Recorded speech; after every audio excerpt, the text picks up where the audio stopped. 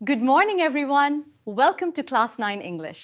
I'm excited to explore some fascinating topics with you this semester. अस्सलाम वालेकुम। क्या अपने अंग्रेजी को मजीद बेहतर और प्रोफेशनल बनाना चाहते हैं? तो आज हम ग्रामर की एक बहुत ही दिलचस्प चीज़ सीखने वाले हैं, एक्टिव और पैसिव वॉइस। ये सिर्फ कोई किताबी असूल नहीं, बल्कि अपनी बात को मौसर अंदाज में कहने का एक बेहतरीन जरिया है। जरा यहाँ देखिए, दो जुमले हैं, मतलब एक ही है, लेकिन एक में कहानी का हीरो अली है और दूसरे में खत। ऐसा क्यों है?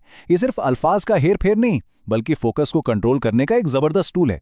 इस पूरे तज्जिए में हम इसी टूल को समझेंगे कि इसे कब और कैसे इस्तेमाल करना है। अच्छा, तो इस मौजू पर महारत हासिल करने के लिए हम इन 5 मराहिल से गुजरेंगे।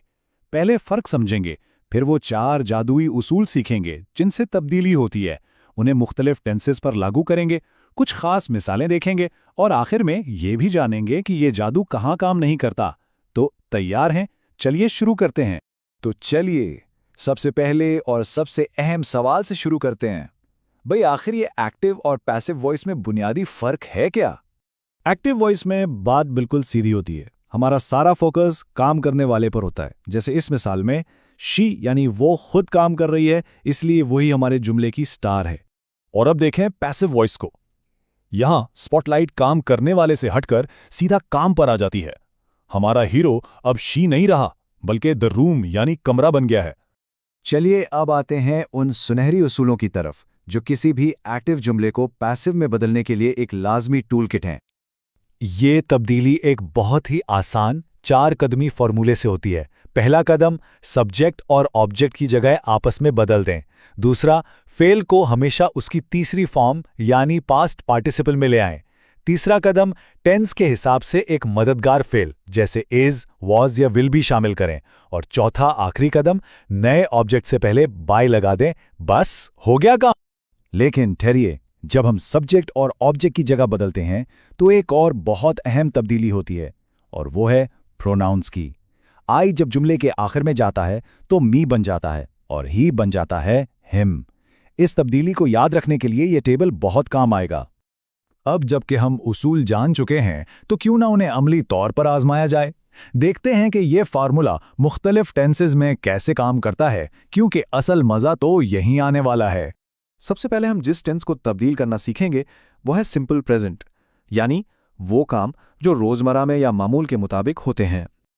यहां देखें, जुमला है शी राइट्स अ लेटर। अब अपने 4 उसूल लागू करते हैं।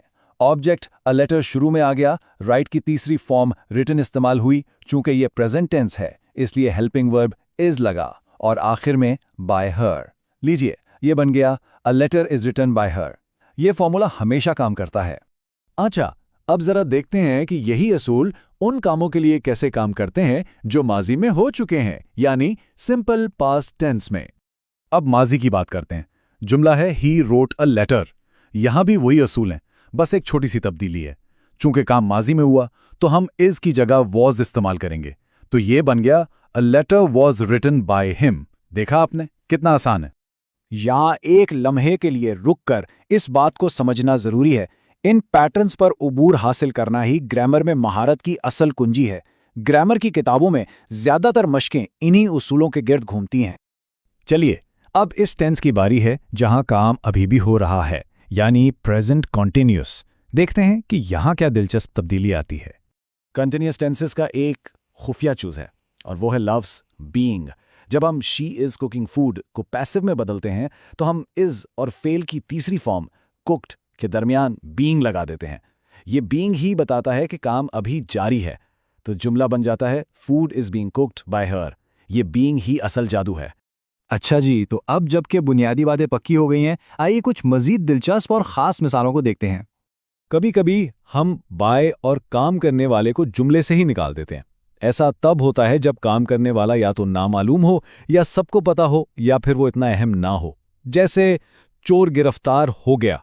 अब ये तो जाहिर है कि गिरफ्तार पुलिस ही करती है, इसलिए बाय द पुलिस कहने की जरूरत ही नहीं। हुक्म या दरख्वास्त वाले जुमलों के लिए एक खास फॉर्मूला इस्तेमाल होता है, जैसे क्लोज द डोर। इसे पैसिव में बदलने के लिए हम लेट बी का फॉर्मूला इस्तेमाल करते हैं, और ये बन जाता है let the door be closed. लेकिन यहाँ एक बहुत ही अहम उसूल आता है जिसे अक्सर लोग नज़रअंदाज कर देते हैं।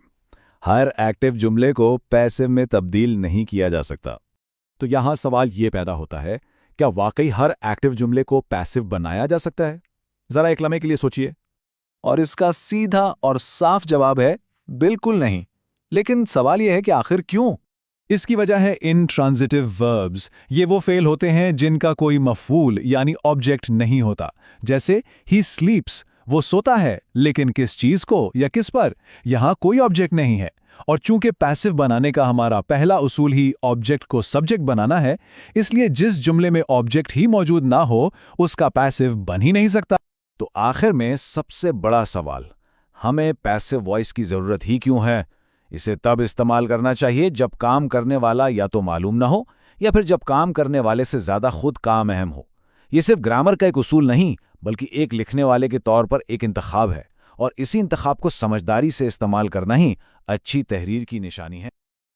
Join us and register now for online transformation.